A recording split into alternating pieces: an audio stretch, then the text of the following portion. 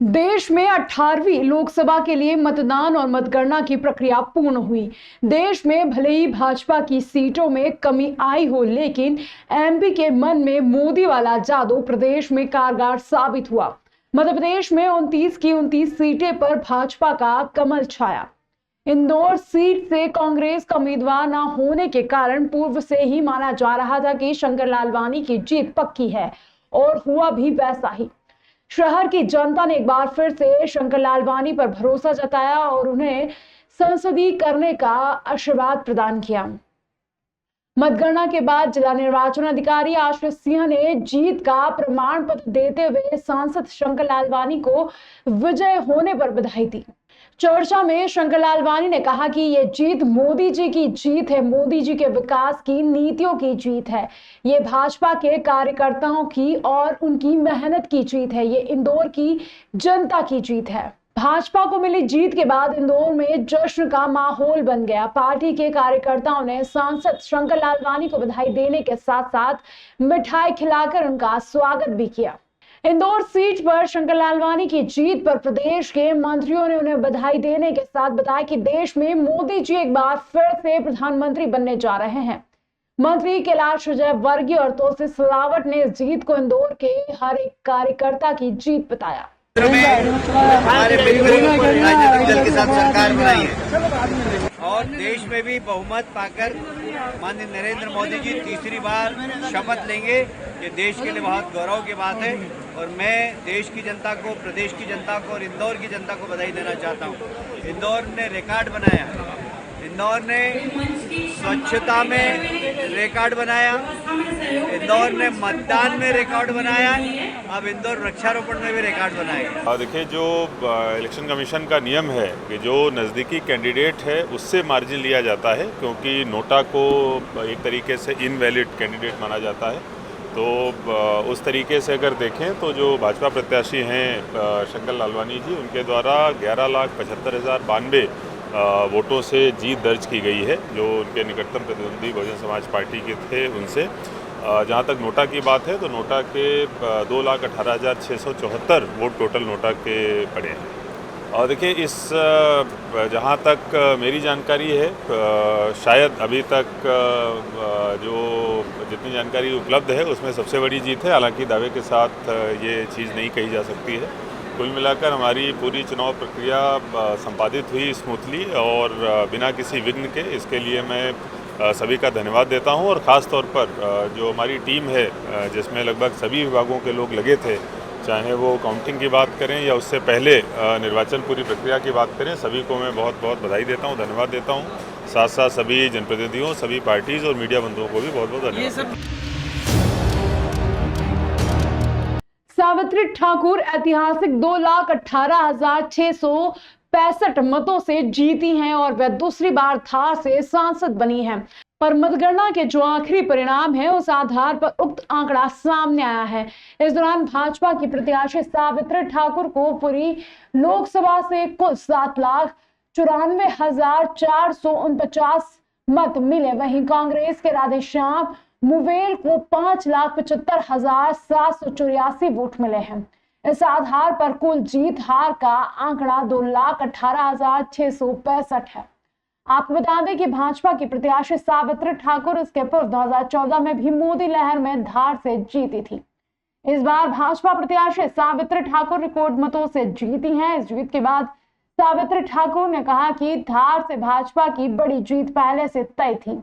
सभी कार्यकर्ता हर समय जागरूक रहे, वे दूसरी बार सांसद बन रही हैं। उन्होंने भाजपा के भरोसे का आभार जताया, साथ ही कहा कि महिला होने के नाते महिलाओं ने जमकर मतदान किया है। वे जिले में रेल, शिक्षा और स्वास्थ्य के क्षेत्र में विशेष काम करेगी तथा जिले का संपूर्ण विकास हो, यही उनका प्रयास होगा।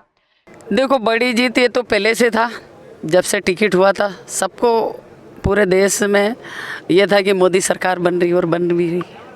तो ये इसको हम लेके नहीं चल रहे हैं। हम लोग हमारे कार्यकर्ताओं की कड़ी मेहनत और जनता का आशीर्वाद समझ रही हूँ। यहाँ पर सभी ने बहुत मेहनत करी है। मैं ये नहीं मान रही हूँ कि हम लोगों ने, पर हमारे कार्यकर्ताओं ने रात दिन में, जब 1 बजे 1:30 बजे रात को फ़ोन करती थी तो कार्यकर्ता बूथ पे मिलते थे। तो कार्यकर्ताओं और जनता का आशीर्वाद प्राप्त हुआ है। दूसरी बार सांसद हूँ, तो इस बार और लोगों ने मेरे को ज़्यादा आशीर्वाद दिया है। तो मैं भारतीय जनता पार्टी के कार्यकर्ताओं को और माननीय नरेंद्र मोदी जी को, जो नरेंद्र मोदी जी ने यहाँ सपा की थी, इससे भी मेरे को बहुत ज़्यादा उसका ये मिला है, फ़ायदा मिला है। तो इस बार मेरे को लोगों ने भरपूर आशीर्वाद दिया और उनकी जो आशाएं मेरे से हैं वो मैं पूरी करूँगी। सबसे पहले मेरा ये है कि धार, हम हर बार ये कहते हैं अभी गति से काम चल रहा है, और सबसे पहले मेरा रहेगा कि रेलवे यहाँ धार में लाएँ हम।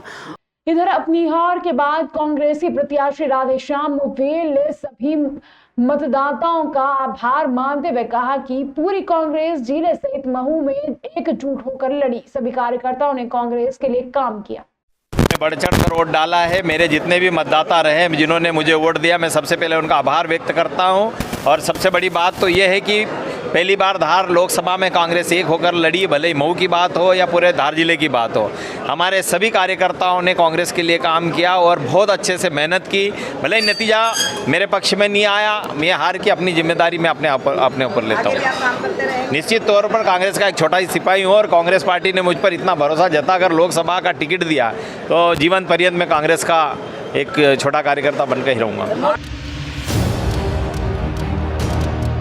इंदौर में नगरीय प्रशासन मंत्री कैलाश विजयवर्गीय ने बड़ा बयान दिया है। ये बयान इंदौर लोकसभा सीट पर शंकर लालवानी की रिकॉर्ड जीत से जुड़ा है। शंकर लालवानी 11 लाख से अधिक मतों से जीते हैं। ये एक रिकॉर्ड जीत है। दरअसल कांग्रेस ने अक्षय बम को प्रत्याशी बनाया था, लेकिन नाम वापसी के अंतिम दिन 29 अप्रैल को वह विधायक रमेश मेदोला, पार्षद जीतू यादव और अन्य के साथ कलेक्टोरेट पहुंचे और नाम वापस ले लिया। वापस वह कार से रवाना हो गए। कुछ देर बाद ही मंत्री कैलाश विजयवर्गीय ने सेल्फी डाली, जिसमें कार में वह आगे और पीछे बम और मेदोला बैठे हुए थे। साथ ही उनका बीजेपी में स्वागत किया। उसी दिन देर रात बम ने औपचारिक तौर पर बीजेपी ज्वाइन कर लिया। अब नतीजे आने के बाद नगरीय प्रशासन मंत्री कैलाश विजयवर्गीय ने शंकर लालवानी की जीत का श्रेय अक्षय बम को दे दिया है। एक कार्यक्रम में उन्होंने कहा कि लालवानी जी को जो जीत मिली है, इससे अक्षय बम का साहसिक निर्णय था। लालवानी की इतनी बड़ी जीत है कि अब इस रिकॉर्ड को कोई तोड़ नहीं सकता है, ऐसा मुझे लगता है। श्रेय अक्षय बम को जाता है। उन्हें 12 लाख की जीत मिली है, उसमें अनंत अक्षय जी का बहुत साहसिक निर्णय था। जरा तालियां बजाकर उनका भी स्वागत करें। शंकर लालवानी जी इतनी बड़ी जीत से जीते हैं कि अब इसको कोई तोड़ नहीं सकता, इस रिकॉर्ड को कोई तोड़ नहीं सकता, ऐसा मुझे लगता है। तो उसमें श्रेय अक्षय जी को ही है। एक बार फिर से तालियां बजा दीजिए। बबलू जी हमारे सदैव अपने कर्तव्य के प्रति समर्पित निष्ठावानी रहे शिक्षक नगर पुरोहित देवकृष्ण पांडे का निधन। सोमवार 9 बजे मतगणना निर्वाचन कार्य हेतु धार के लिए निकले ही थे कि रास्ते में हार्ट की गति रुक जाने से 58 वर्ष में निधन हो गया। निधन का समाचार जिसने भी सुना वो स्तब्ध हो गया। पांडे हमेशा कहते थे कि मरने के बाद भी मैं किसी के काम आऊं, इससे बड़ा सौभाग्य क्या होगा। उनकी इच्छा को ध्यान में रखते हुए उनके भाई अरविंद, रवि, अनिल, दीपक और पुत्र नित्यम पांडे ने काउंसलर उमेश राठौर को खबर की। उन्होंने के इंटरनेशनल नेत्रदान बैंक इंदौर में सूचना दी। जीएस चौहान, कार्निया रिट्रीवर अधिकारी निसरपुर और डॉक्टर चक्रेश पहाड़िया बड़वानी की टीम ने एक आंख का कार्निया निकाला। पहाड़ियों ने बताया कि नेत्रदान महादान है। शिक्षक पांडे की आंख किसी दूसरे की आंख रोशन करेगी। उनके जाने के बाद भी वो दुनिया को देख सकेंगे। हम अतिशीघ्र नेत्रदान के लिए एक शिविर का आयोजन लगाकर लोगों को इसके लिए प्रेरित करेंगे। मरने वाले व्यक्ति का नेत्रदान करना है तो मृत्यु के बाद आंखों की गोली रुई से ढक दे, पंखा बंद कर दे जिससे कार्निया में नमी बनी रहे। सिर के नीचे तकिया लगा दे। निदान के दौरान कार्निया निकाला जाता है, पूरी आंखें नहीं निकाली जाती है। मृत्यु होने के बाद 6 घंटे के अंतराल पर नेत्रदान किया जा सकता है। नेत्रदान से ऐसे लोग जो आंखों से देख नहीं पाते हैं, उनकी जिंदगी में रोशनी लौट आती है। गमगीन परिवार का कहना है कि नेत्रदान एक मानव की सच्ची सेवा है। हमारा भाई दूसरों की आंखों की रोशनी बनेगा, ये हमारे लिए गर्व की बात है। 5 जून विश्व पर्यावरण दिवस पर मनीष शर्मा उद्यान में प्रकृति प्रेमी मनीष शर्मा की स्मृति में आज वृक्षारोपण का आयोजन किया गया। यहाँ कई प्रकार के पौधे लगाए गए एवं नागर ब्राह्मण महिला परिषद भी इस आयोजन में शिरकत की एवं पूरे हर्षित उल्लास के साथ विश्व पर्यावरण दिवस मनाया गया। स्वर्गीय मनीष शर्मा को माल्यार्पण कर इस आयोजन की शुरुआत की गई। आज है विश्व पर्यावरण दिवस। तो आज श्री प्रकृति प्रेमी मनीष शर्मा जो जिंदा दिल और प्रकृति प्रेमी इंसान थे, ये जो हरा भरा गार्डन आप देख रहे हैं, ये मनीष जी ने ही बनाया है।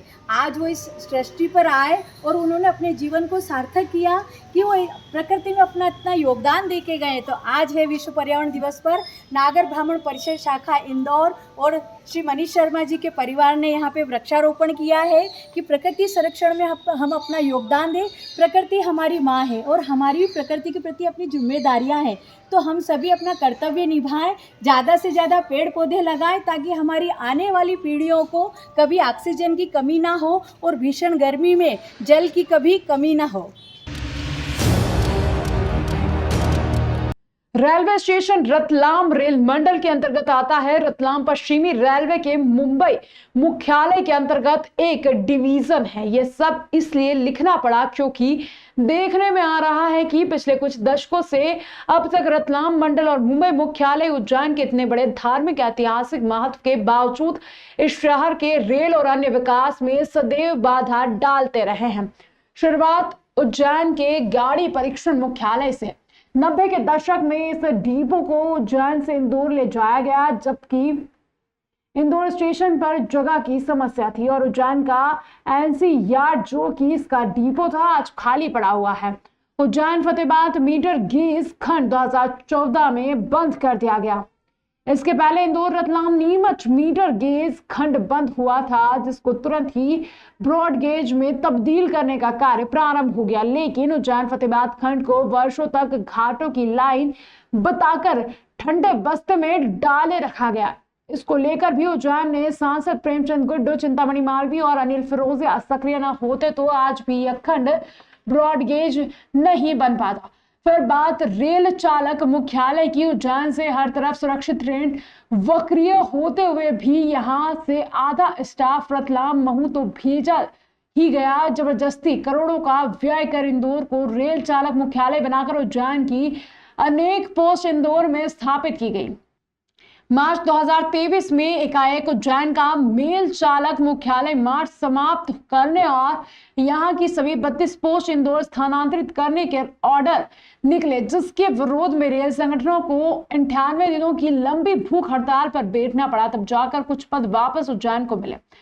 माननीय रेल मंत्री मंत्रालय व रेलवे बोर्ड को रतलाम मंडल के अधिकारियों द्वारा गलत जानकारी देकर गुमराह किया जा रहा है। उल्लेखनीय है कि एक समय में उज्जैन मुख्यालय पर 32 लोको पायलट मेल के पदों से वर्तमान में चल रही उज्जैन, इंदौर व डॉक्टर अंबेडकर नगर की सभी मेल मेट्रो का सफल संचालन किया जाता था, परंतु अधिकारियों के निजी स्वार्थ व हठधर्मिता के कारण उज्जैन की लोको पायलट मेल की पोस्ट 18 रखते हुए इंदौर में 17 पोस्ट व डॉक्टर अंबेडकर नगर में 5 पोस्ट को शिफ्ट किया गया है।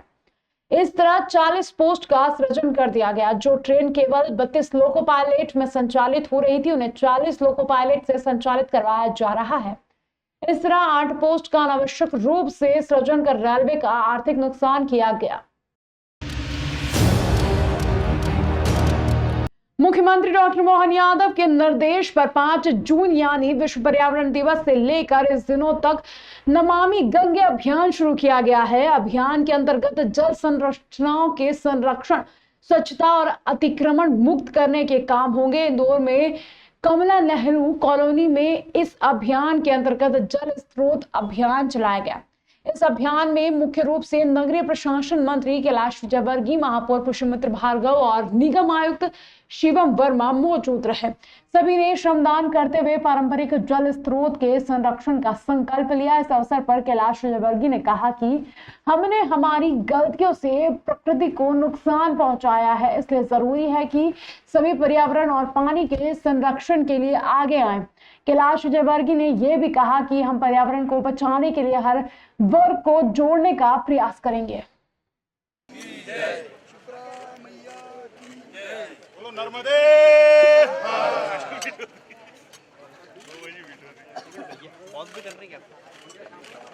5 जून के विश्व पर्यावरण दिवस के दिन ये जैसा कि शासन के निर्देश हैं और माननीय मंत्री जी के निर्देश हैं, माननीय मुख्यमंत्री जी ने भी इसमें वीसी लेकर हम लोग को निर्देश दिए कि 5 से 15 तक इसमें एक विशेष अभियान चलाकर जल संरक्षण के कार्य करने हैं। नगर निगम इंदौर ने इसमें अच्छी तैयारी कर रखी है और शहर में स्थित 53 बावड़ियों को एवं 27 तालाबों का चिन्हांकन किया है, जहां के कैचमेंट चैनल की हम लोग सफाई कर रहे हैं। साथ ही साथ बावड़ियों की भी चिन्हांकन कर लिया गया है, उसमें बावड़ी का डिसिल्टिंग और उसमें वाटर डिस्चार्जिंग के प्रयास किए जा रहे हैं।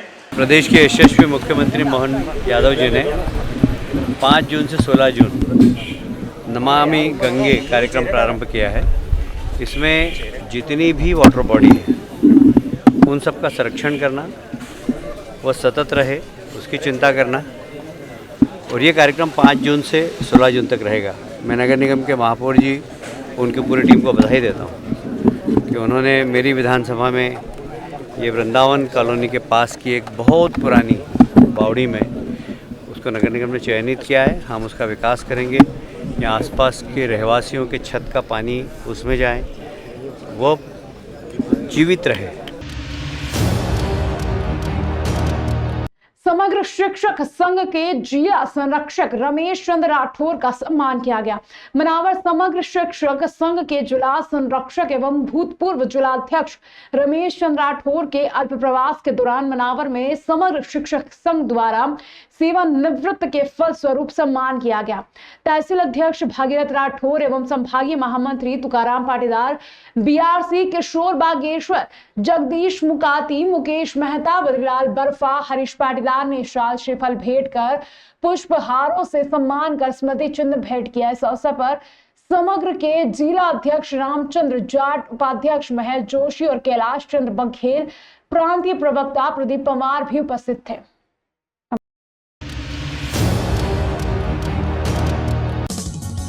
विदेश गांव शहर सब पे नजर, सबकी खबर, नया रूप है नए है रंग, सबको समेटे अपने संग।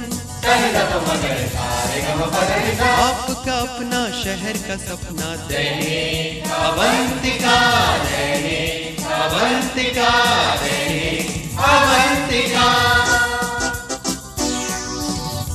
राजनीति, फिल्मी बातें, सब कुछ ही हम इसमें पाते। घर, होटल, ऑफिस या दफ्तर, क्लर्क, प्यून या हो फिर अफसर, सबका चहेता सबका प्यारा दैनिक अवंतिका।